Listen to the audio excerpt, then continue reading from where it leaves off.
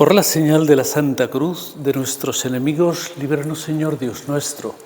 En el nombre del Padre, del Hijo y del Espíritu Santo. Amén. Señor mío y Dios mío, creo firmemente que estás aquí, que me ves, que me oyes. Te adoro con profunda reverencia, te pido perdón de mis pecados y gracia para hacer con fruto este rato de oración. Madre mía Inmaculada, San José, mi Padre y Señor, Ángel de mi guarda, interceded por mí.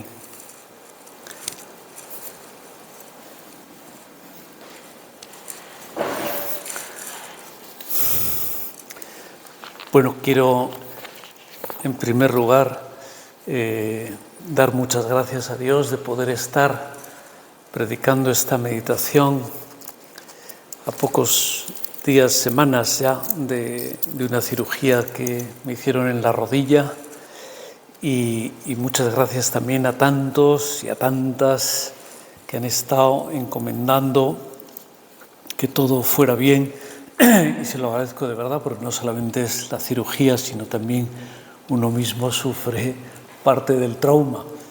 Pero aquí estamos de nuevo para no dejar pasar más tiempo y bueno, y porque creo que realmente todo ha ido muy bien, aunque continúa la rehabilitación, pero bueno, es una manera también y aprovecho para decir lo que funciona, esto de la comunión de los santos, de rezar unos por otros, de sostenernos unos a otros, pues funciona, por lo menos en mi caso ha sido así. Es un tema propio del mes de noviembre hablar de la comunión de los santos, pero bueno, ahora realmente en esta meditación quería hablar de otro que es también típico hablar en estos días del año en los que la Iglesia centra su atención y focaliza toda la petición de los cristianos hacia las personas que han fallecido, hacia las almas benditas del purgatorio. Y de ahí se me ocurría pensar hablar del sentido de la vida, el sentido cristiano, vamos a decirlo así, es decir, cuánto aporta la luz de la fe para que nuestra vida tenga un sentido o tenga otro bien distinto además. En el lenguaje corriente, como estamos acostumbrados a escucharlo, el final de la vida de una persona se entiende que es el día de su fallecimiento. Y en cierto modo, claro, es verdad, y todos nos entendemos con esa fecha que normalmente está en los panteones, en las lápidas de los cementerios, tal persona, fulanito, fulanita, una fecha y una segunda fecha. Pues se entiende rápido que es el día del nacimiento, el día de su defunción.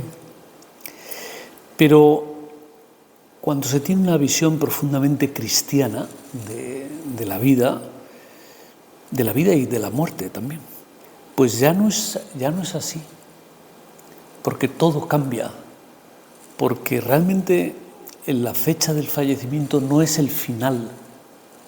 A esto me refería, ¿no? Lo que ocurre, como reza una de las oraciones, el prefacio de la misa de difuntos, dice: la vida de tus fieles, Señor, no termina, se transforma, y al deshacerse nuestra morada terrenal, adquirimos una mansión eterna en el cielo. La vida de un hijo de Dios, de una hija de Dios, no termina, se transforma. Ese día, el día que dirá la lápida que nos pongan en el cementerio, indicará que nuestra vida se transformó y entramos a nuestra casa, a nuestra morada del cielo, nuestra mansión eterna del cielo. Por eso, cuando llegue el momento de nuestra muerte, será valga la comparación que se me ocurría al decir esto, ¿no? Pero será como ese momento en el que nace un bebé. Ha estado durante 9 meses en una etapa en el seno materno y de pronto llega el final de esa etapa, no el final de su vida. Su vida casi se puede decir que empezó cuando fue fecundado, ¿verdad? Pero en ese momento empieza a vivir una etapa nueva, a disfrutar de una nueva vida. Por eso la muerte en realidad no es otra cosa que un nacimiento, una transformación de nuestra vida. Es un momento clave, lógicamente, un momento importante en nuestra existencia, porque en ese momento se nos permite abrir una puerta hacia la eternidad. Y esto no es un cuento de ciencia ficción, sino esto es una realidad revelada por Cristo, además. Podemos iniciar esa etapa abriendo esa posibilidad de entrar en lo eterno, entrar en otro modo de existir que tendrá mucho que ver, esa nueva etapa que nos espera tiene mucho que ver con los preparativos que hayamos hecho en esta vida terrenal.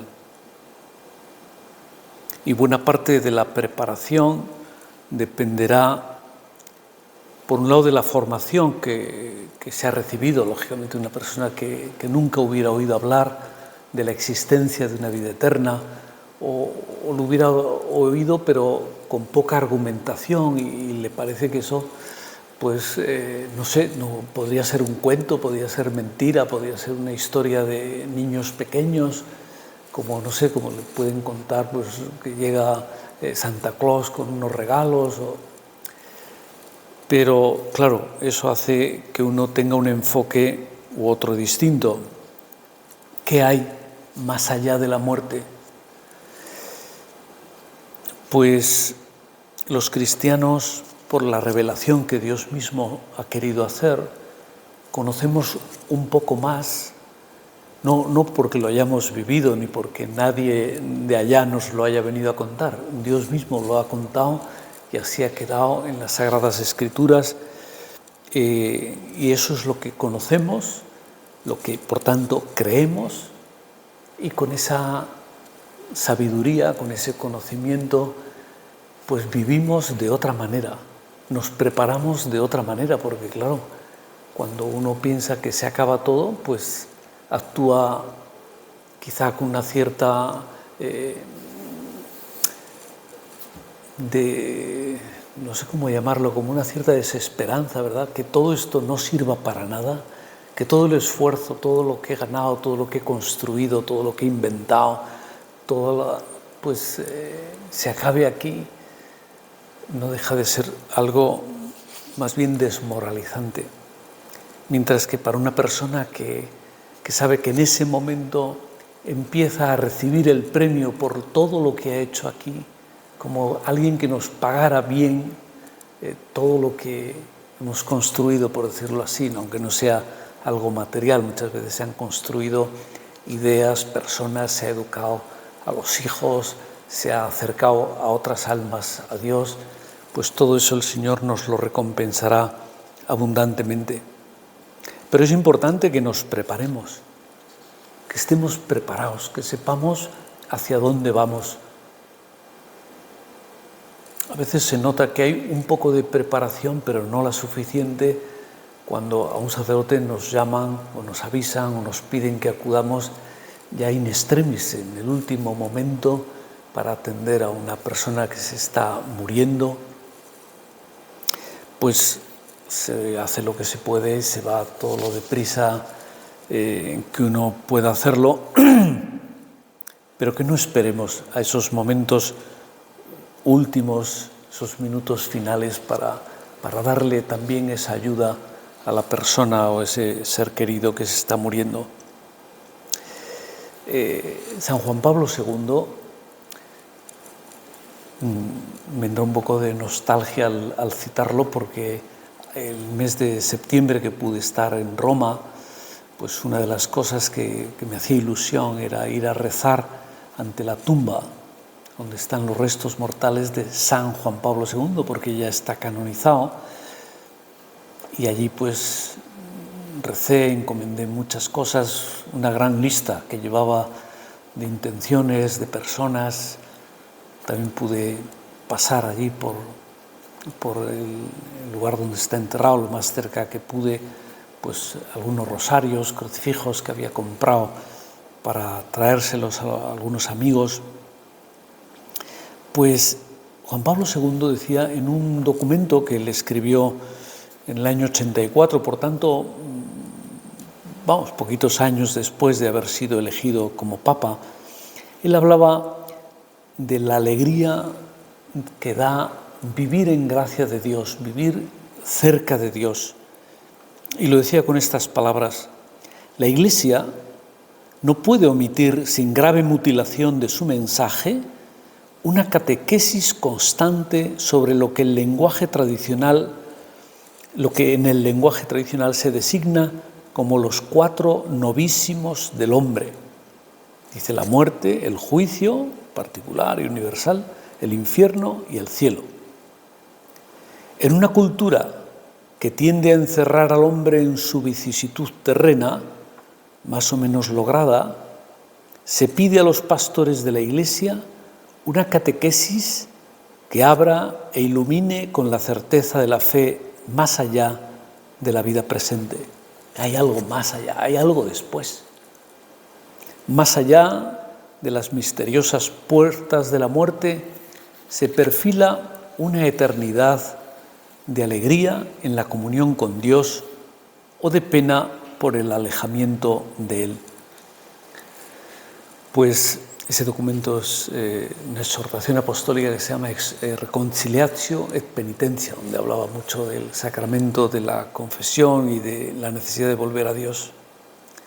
Pues sería un error grave, dice el Papa, omitir esta catequesis, enseñar estas cosas, quizá a los niños cuando se preparan para la primera comunión, que es su primera catequesis, pues con un lenguaje que ellos puedan entender, ¿verdad? Luego quizá más adelante una catequesis ya a lo mejor como preparación de la confirmación, pues puede abundarse en esas mismas ideas, pero con un poquito más de profundidad. O cuando se hacen cursos de retiro también está previsto que se predique sobre estas verdades eternas que nos esperan más allá de la muerte, para darle un contenido personal, es decir, cómo lo estoy enfocando yo, cuánto me fío, cuánto confío en lo que Dios me ha dicho para que me prepare bien.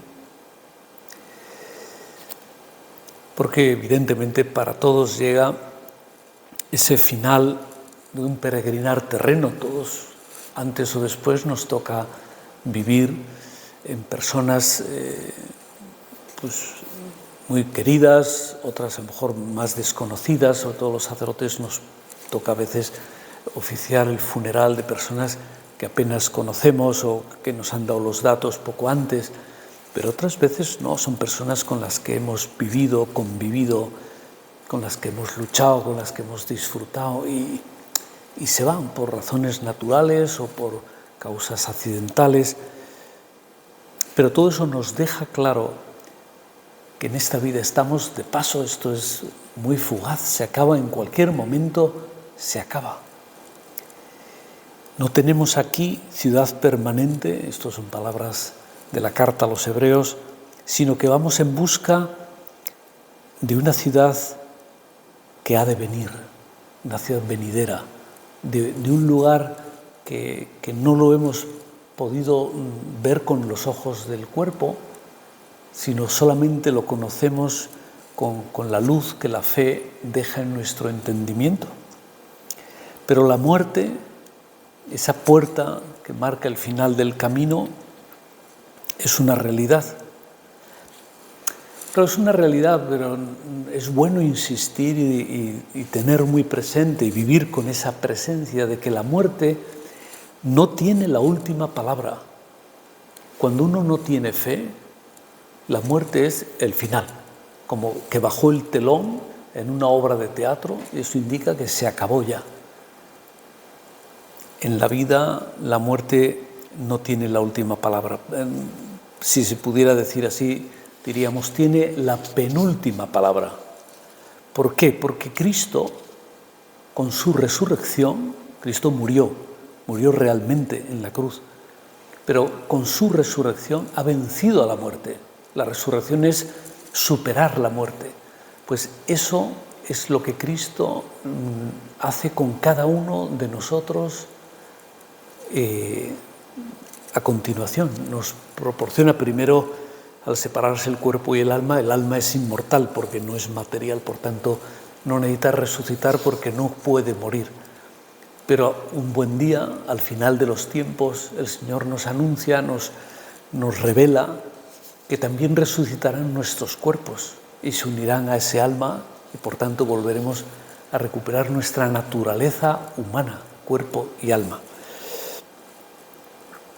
Por eso, aunque siempre nos impresiona la muerte, sobre todo cuando hemos contemplado de cerca, pues no sé, la agonía de una persona, el sufrimiento.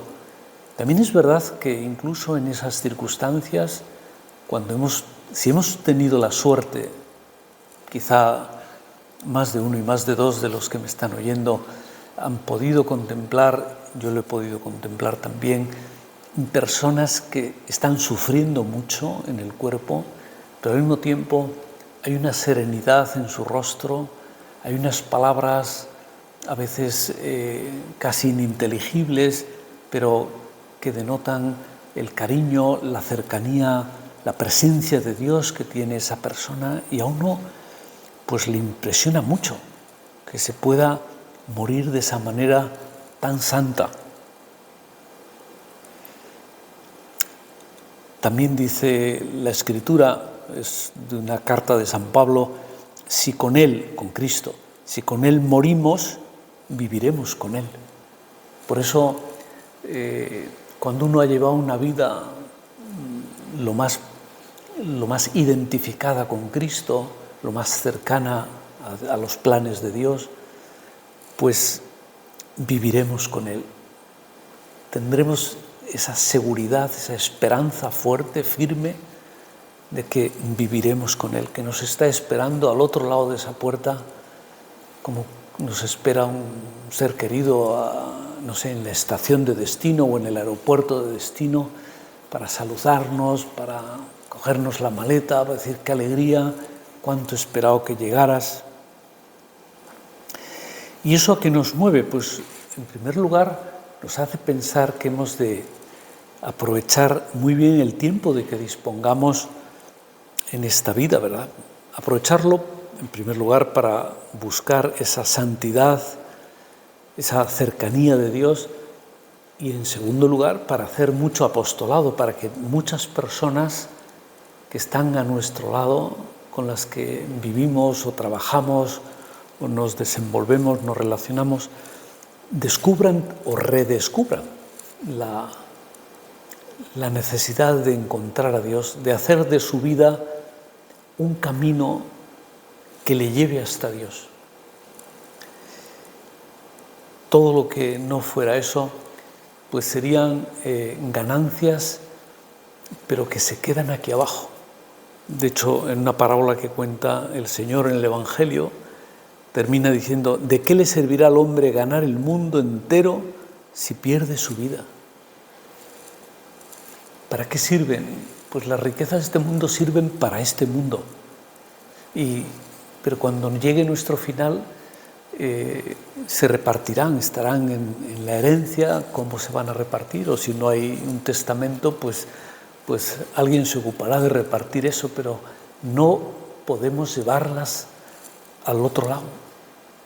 Y de hecho, pues cuando esos grandes emperadores o esos reyes que se enterraban con grandes riquezas, tesoros, pues los faraones en Egipto, bueno, pues al cabo de los años, miles de años, quizá no queda más que unos huesos y allí están todas esas joyas, no se fueron a ningún sitio, estarán más o menos protegidas o las habrán saqueado ya, pero todo eso no puede pasar la aduana.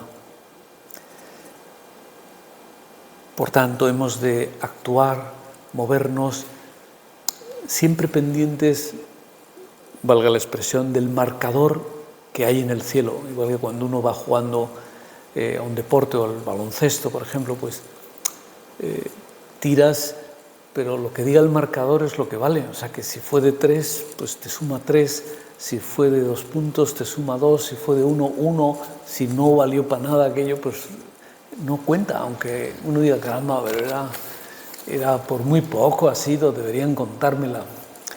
No, lo que puntúa en el cielo, eso es lo que puntúa. Aunque si en el cielo no puntuara nada de lo que estamos haciendo, por lo que sea, ¿verdad? Pues porque es un trabajo tramposo o es un trabajo que está hecho por puro halago de uno mismo o por ser más o tener más que otras personas, pues eso quizás nos proporciona unos bienes en esta vida que permiten hacer esto, lo otro, viajar, comprar, tener todo lo que nos pase por el capricho y la imaginación. Pero ¿de qué le sirve al hombre ganar el mundo entero? Pues no le serviría de nada. Bueno, quizá el Señor sabría encontrar lo que haya de bueno en todo eso. Siempre puede haber alguna cosa buena, alguna buena intención, no sé, con lo que también se pudo ayudar a otras personas o dar una beca o qué sé yo. Y eso pues quizás sirva para que el Señor pueda rescatarnos, ¿verdad? Pero lo que aprovecha al hombre es lo que está subiendo al marcador del cielo, siguiendo con el ejemplo de antes, ¿no? Por eso hemos de vivir siempre en un equilibrio continuo, ¿verdad?, entre estar libres de apegamientos terrenos, de querer tener, de que el corazón, con todo lo que sueña se lo podamos dar. Que uno, si lo piensa bien, dice, ¿pero por qué? Porque eso sería en el fondo una esclavitud, como si fuéramos esclavos de nuestras propias pasiones o deseos o proyectos o sueños. Lógicamente, si podemos, y además aquello es para mucho bien de no solo nuestro, sino de otras personas, pues está bien que invirtamos ahí tiempo y esfuerzo, pero si no, pues hemos de estar en ese equilibrio que decía, porque también hay que asumir otros compromisos que tenemos. Por estar bautizados, por ejemplo, los cristianos tenemos el compromiso de construir un mundo más cristiano. No nos da igual que se trate al hombre como si fuera una cosa, que se le esclavice, aunque sea de un modo sofisticado y se evita incluso hasta la palabra, pero desgraciadamente la esclavitud en todos sus sentidos, desde los más burdos hasta los más, podríamos decir, de guante blanco, se dan actualmente. Y es una pena, ¿verdad?, porque la concepción que uno tenga del hombre, del ser humano, hace que le respetemos la dignidad que tiene por ser como nosotros, hijos de Dios, criaturas de Dios, o no respetarlo y pensar que nosotros somos los que podemos hacer o deshacer en función del dinero, del poder que tengamos sobre esto o aquello, lo cual sería tremendo, ¿no? Pero esa es una manera de vivir la vida. Ese es el sentido que algunas personas equivocadamente pueden dar a su vida,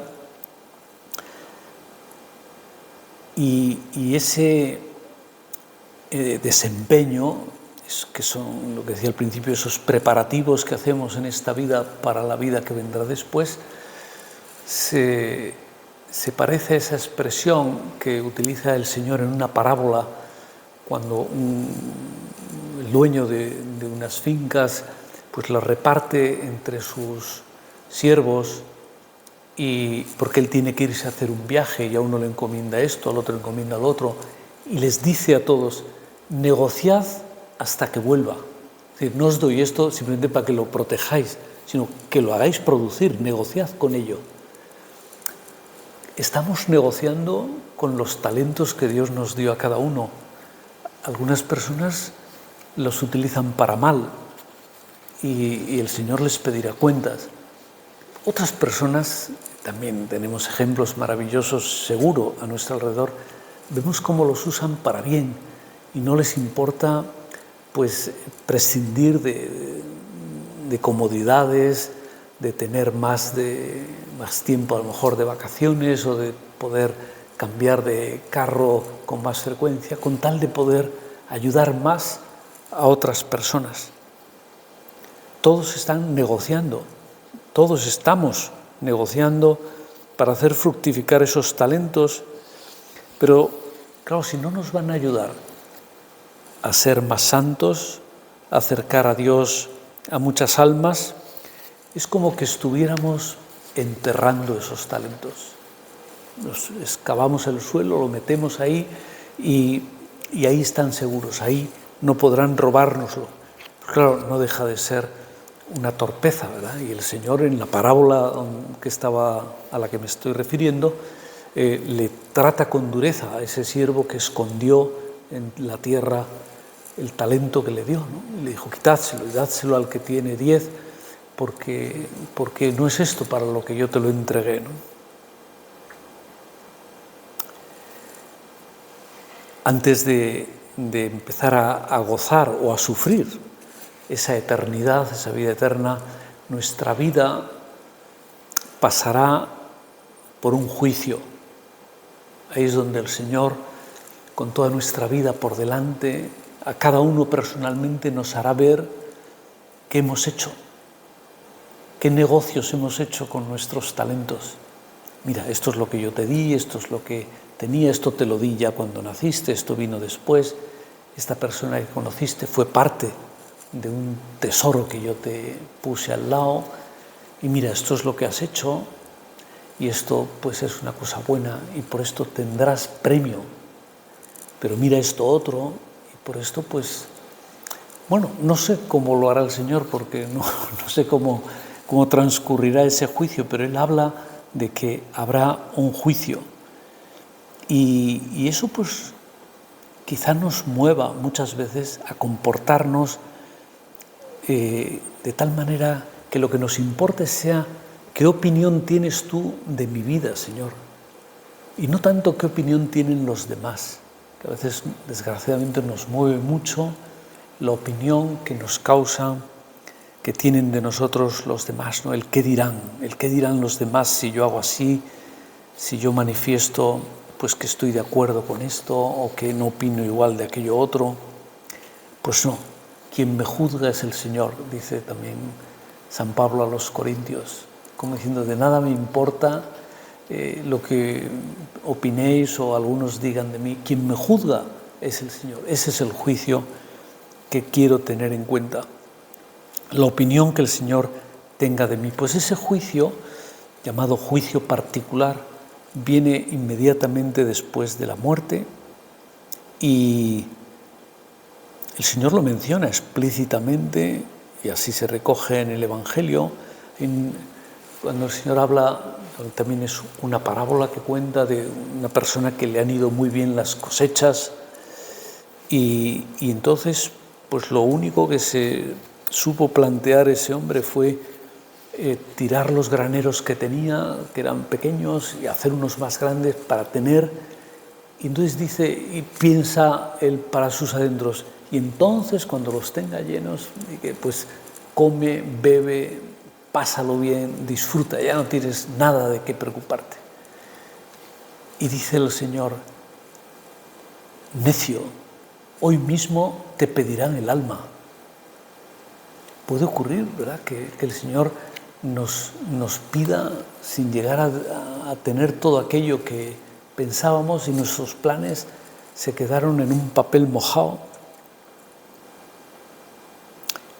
Cuando el Señor pide cuentas del alma, pues tendremos que dar cuentas de qué hemos hecho, o qué íbamos a hacer, si es que no llegamos a realizarlo, ¿no?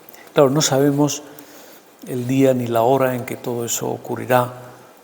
El Señor mismo lo dice con toda franqueza: el día y la hora nadie lo conoce, ni los ángeles del cielo, ni el Hijo, Él mismo. Asegura que no lo conoce, que es algo que está todavía en los planes de Dios Padre, solo el Padre.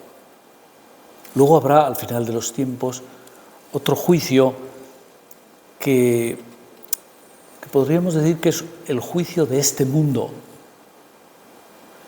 Un juicio que también nos afecta a nosotros, porque se nos juzgará dentro de la historia, no ya solo en nuestra vida, sino cómo ha repercutido nuestra vida en la historia. Si ha influido para bien, pues lógicamente todo eso serán como argumentos en nuestro descargo, argumentos que apoyen nuestra salvación.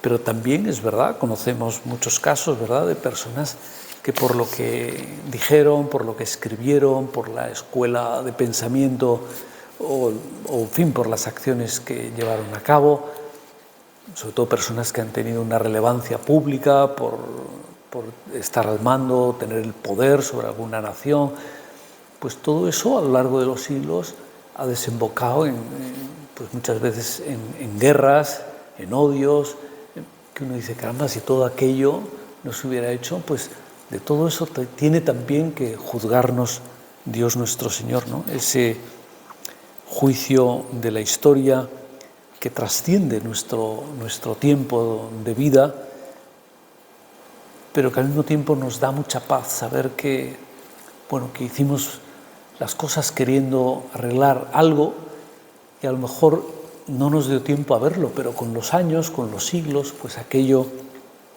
tuvo un final distinto. Pues hemos de saber trabajar y mirar las cosas con esa mirada, ese sentido de eternidad que Dios pone siempre en las cosas que hace. Pues terminamos la meditación porque, caramba, se me ha ido el tiempo más rápido de lo que pensaba. Vamos a acudir a nuestra Madre la Virgen. Si en el fondo todo esto que estaba diciendo, lo que más nos ayuda es vivir de esperanza, vivir sabiendo que hay un más allá, donde está un Dios que es Padre, que nos quiere, que nos está esperando, que para Él sería una decepción que no llegáramos, que no acertáramos con el camino. Pues la Virgen, a la que invocamos muchas veces como esperanza nuestra, a ella le pedimos que de su mano lleguemos todos al cielo.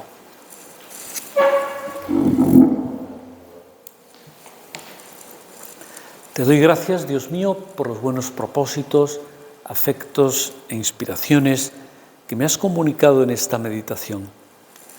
Te pido ayuda para ponerlos por obra.